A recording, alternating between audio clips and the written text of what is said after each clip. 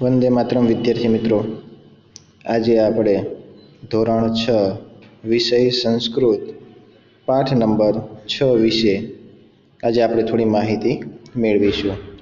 પાઠ 6 નું નામ છે ભવતુ ભારતમ. ભવતુ એટલે કે થાવ, બનો, અને ભારતમ એટલે કે ભારત. આખો શબ્દનો અર્થ જોઈએ તો થાય ભવતુ ભારતમ એટલે કે ભારત દેશ થાવ અથવા તો ભારત દેશ બનો. તો અહીંયા ભારત દેશને કેવા બનવાની વાત કરે છે, તો કવિ આ કાવ્યની અંદર શ્લોકો દ્વારા જણાવવામાં આવે છે કે આપણો ભારત દેશ કેવો છે અથવા તો કેવો બનવો જોઈએ, કેવો થવો જોઈએ, એની પાઠની અંદર આપણે ચર્ચા કરી છે. તો આપણે વિસ્તારથી જોતા જઈએ તો પહેલા શ્લોકમાં કહે છે ભારતમ ભારતમ ભવતુ ભારતમ શક્તિ સંભૃતમ યુક્તિ સંભૃતમ શક્તિ યુક્તિ સંભૃતમ ભવતુ ભારતમ. ભારત, ભારતમ એટલે કે ભારત દેશ. બીજી વાર શબ્દ વાપરે છે ભારતમ. ભારતમ એટલે કે ભારત દેશ, અને ભવતુ ભારતમ એટલે કે ભારત દેશ, ભારત દેશ, ભારત દેશ થાવ અથવા તો ભારત દેશ બનો. ભારત દેશ કેવો બનો તો કહે છે શક્તિ સંભૃતમ યુક્તિ સંભૃતમ. યુક્તિ, શક્તિ સંભૃતમ એટલે શક્તિ, શક્તિ એટલે શક્તિ, અને સંભૃતમ એટલે કે ભરપૂર. ભારત દેશ થાવ, પણ કેવો થાવ ભારત દેશ તો કે શક્તિથી ભરપૂર થાવ.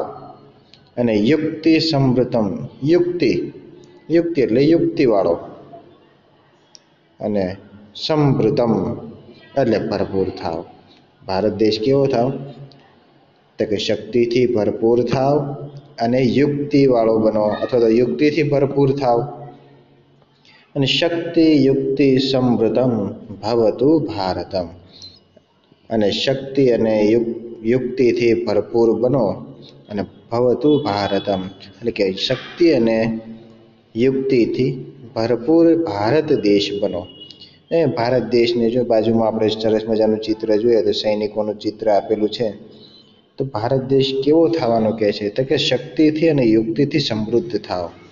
આપણો જે દેશ છે એમાંથી આપણા દેશની અંદર હંમેશા શક્તિ પણ હોવી જોઈએ, સક્ષમ હોવું જોઈએ, અને યુક્તિ એટલે કે બુદ્ધિ ચાતુર્ય પણ આપણા દેશની અંદર વધવું જોઈએ. એટલે કહે છે ભારત દેશ શક્તિથી ભરપૂર અને યુક્તિથી ભરપૂર અને શક્તિ યુક્તિથી ભરપૂર એવો ભારત દેશ બનો. અથવા તેમ કહેવાય કે ભારત દેશ શક્તિ અને યુક્તિથી સંપન્ન બનો. ભારત દેશમાં શક્તિ અને યુક્તિ બુદ્ધિની પણ સંપન્ન બને એવી આશા કરવામાં આ શ્લોકમાં આવી છે. હવે આપણે બીજો શ્લોક જોઈએ તો કહે છે શસ્ત્રધારકમ શાસ્ત્રધારકમ શસ્ત્ર શાસ્ત્રધારકમ ભવતુ ભારતમ. તો કહે છે શસ્ત્રધારકમ, શસ્ત્ર એટલે કે શસ્ત્રોથી, અને ધારકમ એટલે કે ધારણ કરનારો. ભારત દેશ કેવો થાવ તો કે શસ્ત્રોને ધારણ કરનારો થાવ. અને શાસ્ત્ર ધારકમ એટલે કે ભારત દેશ શસ્ત્ર છે એટલે કે શસ્ત્રોને અસ્ત્રોને ધારણ કરનારો છે. અને શાસ્ત્ર ધારકમ, શાસ્ત્ર એટલે વિજ્ઞાન, એટલે કે છે વિજ્ઞાનને ધારણ કરનારો બનો. એક તો શસ્ત્ર અને અસ્ત્રોથી ધારણ કરનારો તો બનો, પણ એ સાથે સાથે કેવો બનો તો કે વિજ્ઞાનને પણ ધારણ કરનારા બનો. બીજી લીટીમાં કહે છે શસ્ત્ર શાસ્ત્ર ધારકમ ભવતુ ભારતમ. આમ ભારત જે છે અસ્ત્ર શસ્ત્ર અને વિજ્ઞાનના પણ અધિકારવાળો બનો અથવા તો અસ્ત્ર શસ્ત્રને ધારણ કરનારો ભારત દેશ બનો. ભારત દેશની અંદર અસ્ત્ર અને શસ્ત્રથી પણ સજ્જ હોવો જોઈએ. જેમ કે આપણા અસ્ત્ર શસ્ત્ર તો હોય, બુદ્ધિ હોય ભારત દેશમાં વ્યક્તિઓ પાસે, પણ અસ્ત્ર શસ્ત્ર ન હોય તો યુદ્ધ થઈ શકે નહીં. એટલે કહે છે ભારત દેશ જો યુદ્ધ થાય તો આપણે અસ્ત્ર અને શસ્ત્રને ધારણ કરવાવાળો હોવો જોઈએ. અને વિજ્ઞાનને ધારણ કરવા એટલે કે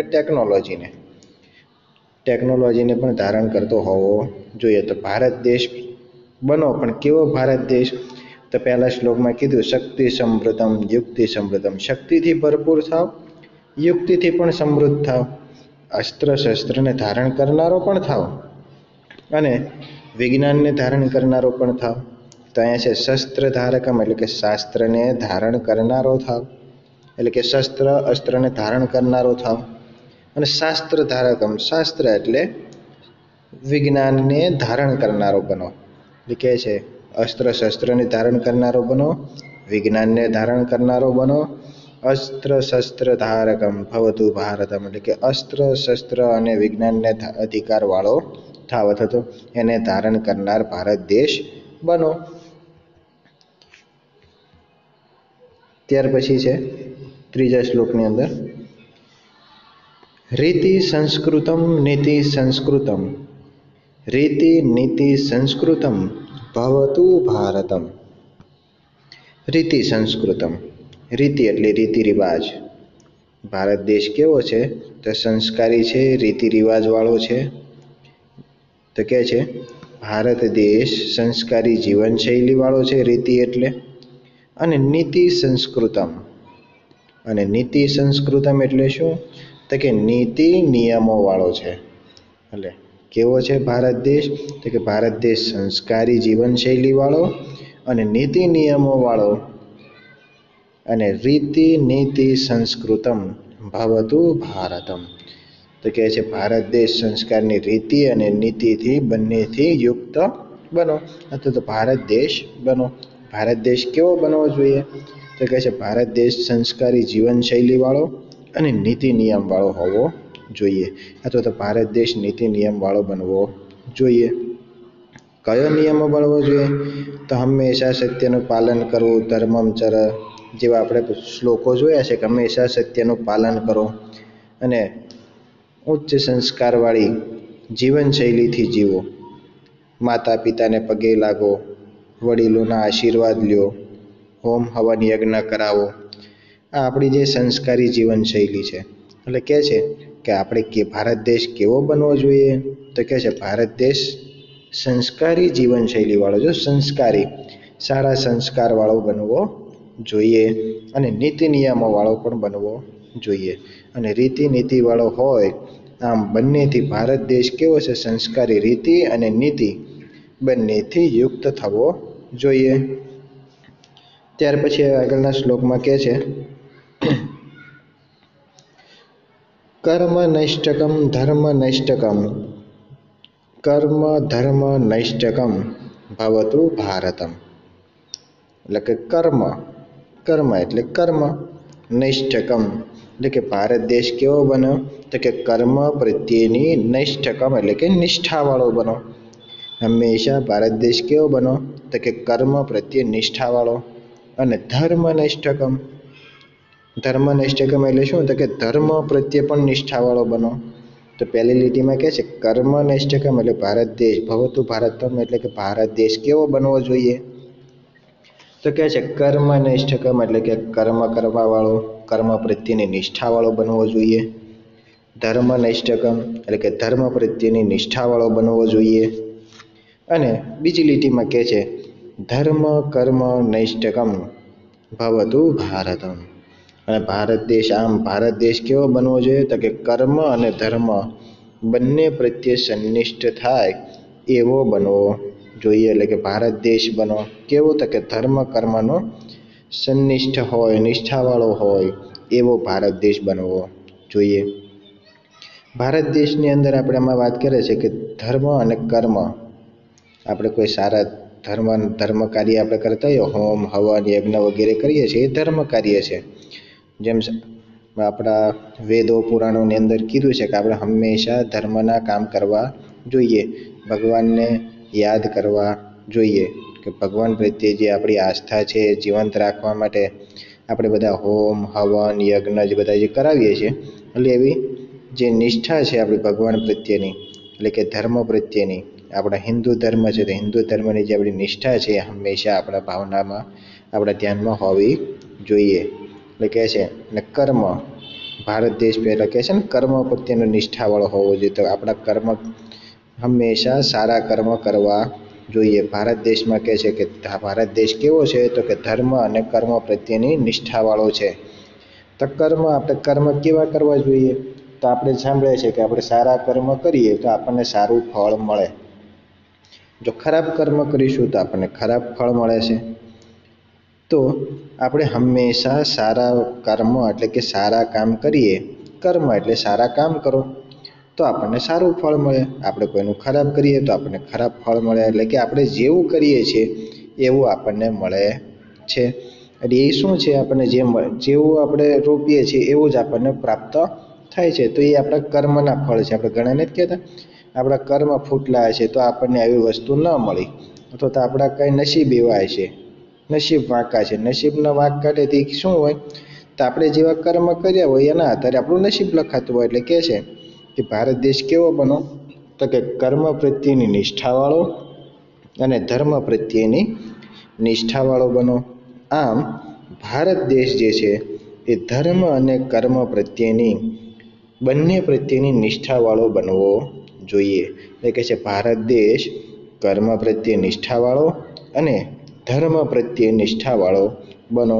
આમ ભારત દેશ જે છે ધર્મ અને કર્મ બંને પ્રત્યે સંનિષ્ઠ થવો જોઈએ. ત્યાર પછી છેલ્લા શ્લોકમાં કહે છે ભક્તિ સાધકમ મુક્તિ સાધકમ ભક્તિ મુક્તિ સાધકમ ભવતુ ભારતમ ભારતમ ભારતમ ભવતુ ભારતમ. ભક્તિ સાધકમ, ભક્તિ એટલે ભક્તિ, સાધકમ એટલે કે ભારત દેશને કહે છે ભક્તિ સાધકમ એટલે સિદ્ધ કરનારો. તો કે ભારત દેશ કેવો બનો, તો કે ભારત દેશ ભક્તિને સિદ્ધ કરનારો અને મુક્તિ સાધકમ, મુક્તિ એટલે કે મુક્તિ મોક્ષને સાધનારો બનો, અને ભક્તિ મુક્તિ સાધકમ એટલે કે ભક્તિ અને મુક્તિ બંનેને સિદ્ધ કરનારો થાવ. અને ભવતુ ભારતમ એટલે કે ભક્તિ અને મુક્તિને સિદ્ધ કરનારો ભારત દેશ થાવ અથવા તો ભારત દેશ બનો.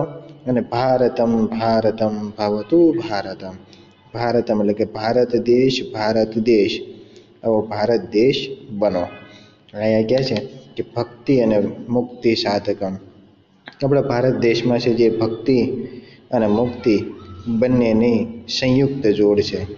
જેમ કે ભક્તિની અંદર આપણે જો બાજુમાં ચિત્ર સરસ દર્શાવ્યું છે કે જે નરસિંહ મહેતા જે ભક્તિમાં ભગવાનને પામ્યા હતા, ત્યાં દર્શાવ્યું કે ભારત દેશ કેવો છે તો હંમેશા ભક્તિ કરનારો છે.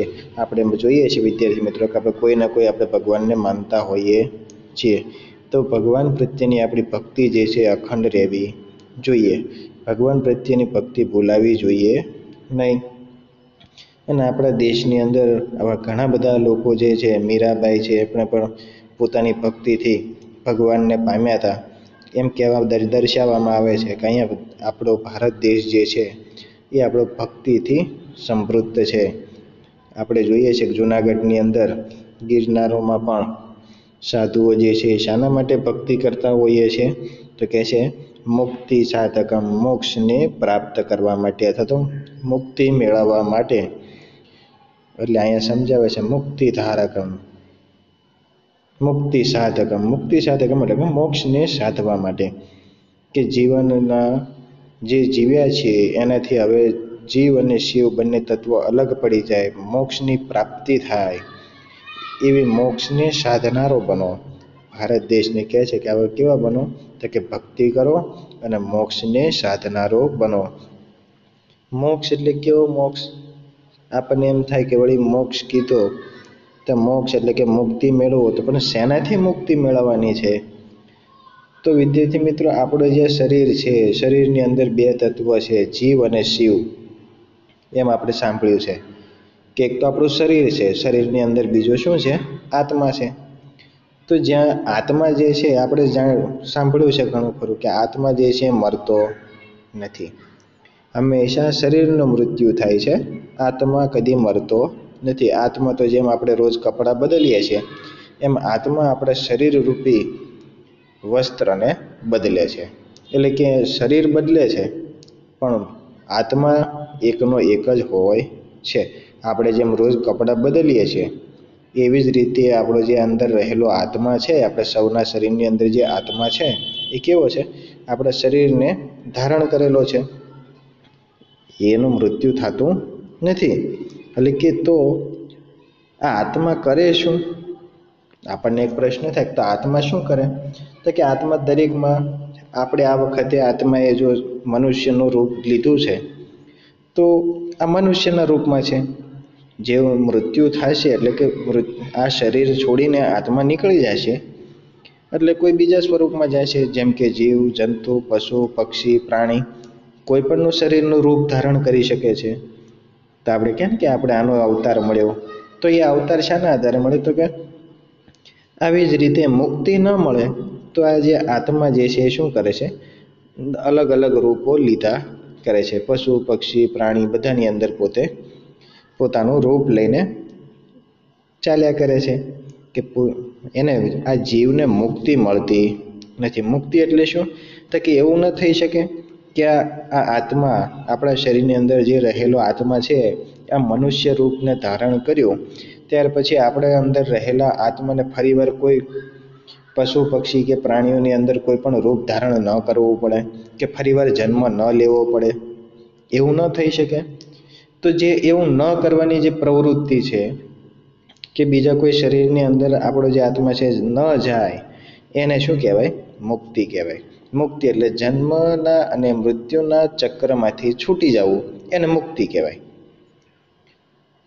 તો આપણે જે સાધુ સંતો આપણે જોઈએ છે ગિરનારની અંદર બધા સાધુ સંતો છે, ભક્તિ શા માટે કરે છે, તો એ લોકો ભક્તિ એટલા માટે કરે છે કે આ જે જીવ આપણા અંદર રહેલો આત્મા જે છે એના ઉદ્ધાર માટે, એની મુક્તિ માટે, કે ફરીવાર આ આત્માને ફરીવાર જન્મ ન લેવો પડે એટલા માટે એ લોકો તપશ્ચર્યા કરતા હોય છે અને ભગવાનની ભક્તિ કરતા હોય છે.